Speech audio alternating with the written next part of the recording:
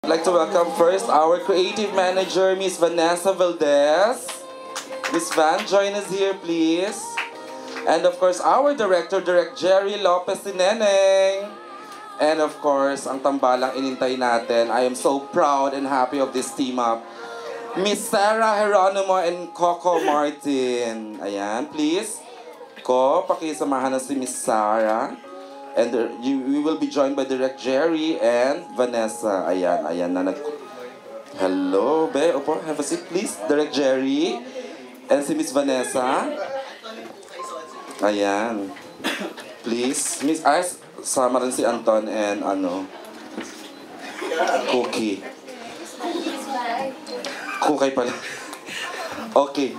I would like to hear muna from direct sa mabilisang bati sa mga entertainment vloggers natin. Ko, ang sarap kausap nitong mga to, Miss Sarah. Sila yung we look forward to ng mga vlog-con. Direct Jerry, first time mo mag-vlog con. Opo. Pakibati po ang entertainment Morning vloggers. Po. Salamat sa pagpunta ang aga-aga. You have to wake up early. Correct. Si Cookie, Kukay. Bati ka, Miss Kukay, mabilis.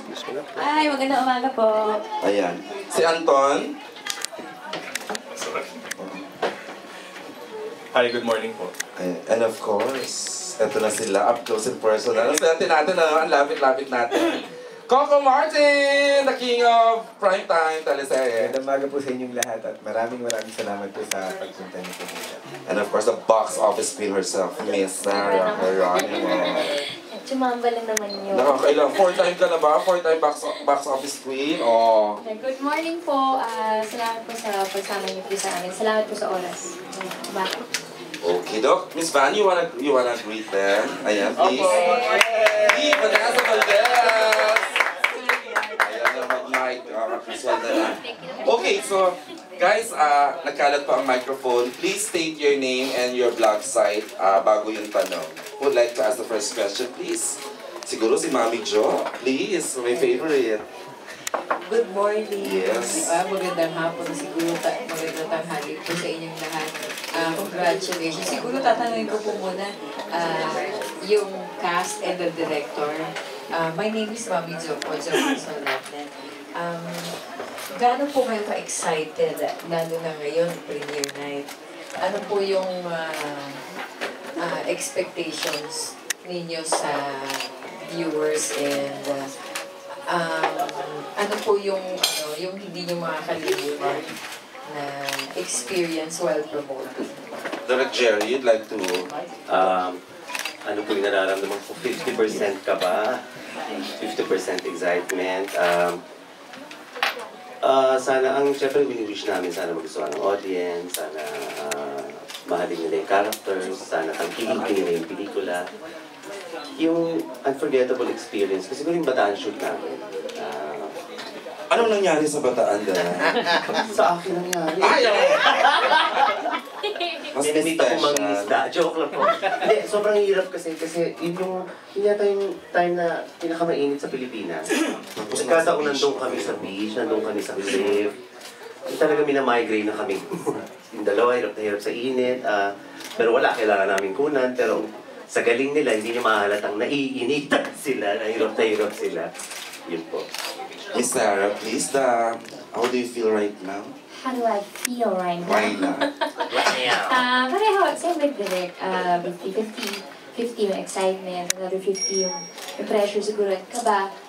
Excitement kasi we believe naman na maganda yung material namin. We have a good material at maganda yung lovable yung mga characters namin, si Tonyo at si Captain, even si Miss Rufa Gutierrez, yung boss ko. Ang laki ng role na gagampanan niya sa story sa pelikula. Pressure, yung kaba, I guess sa lahat naman ng proyekto nandiyan yan, that means yun lang, yung hiling namin na yung mga tao, mahalin at tanggapin sa mga puso nila yung story at saka yung mga characters. And sana may mapulot silang aral, inspirasyon sa mga pagdadaanan ng characters namin or yung mga lessons sa pelikula. Unforgettable experience, siguro yung first namin, yung confrontation scene namin. Oo, nang hindi pa kami pwede ba natin sabihin yun, direct? Na hindi ba namin, kasi nauna yun, para dun sa trailer. So, hindi pa kami nagpunta sa Bataan. Kumbaga, hindi pa namin na-shoot yung mga eksena namin supposedly para sa past, yung 7 years ago. So, wala pa akong karga nun. So, nangawit kami na ang tagal-tagal na yun bago ko talagang maramdaman yung character ko, yung pain ng character ko. Pero nung ginawa na namin siya sa Bataan, pinagdaanan na namin yung kung paano kami na-in-love sa isa't isa, ayun, naging mas smooth yung mas naramdaman ko na yung eksena. So, yun, iba pa ko. Ay, Sarah ko, anong nararamdaman mo ngayon? Ako, sobrang excited kasi siguro, ito talaga yung first time ko na talagang gumawa ko talaga sa Star Cinema talaga na parang lahat. Kumbaga, sabi ko nga, nagtrabaho lang talaga ako at talagang kumbaga, nagtiwala, dinipende ko talaga sa kanila lahat kung ano yung proyekto. Nagulat lang kasi ako nung Sunday, syempre after the Saturday, Sunday, sobrang busy kami sa pag-promote. Tapos pagpunta namin sa mall show, kumbaga doon ko na-appreciate na parang kung ano na yung kumbaga kung ano na yung impact na nararamdaman sa tao. Kasi pagpunta nung nasa Glorieta kami, syempre pagod na pagod kami kasi talagang, alam mo parang sabi ko, sana matapos na. Kasi nga talagang sobrang bagsak na yung energy namin. Nagulat ako, pag tungtong ko ng stage, hindi ko inakala na punong-puno yung buong Glorieta. Actually nagsisi ako sa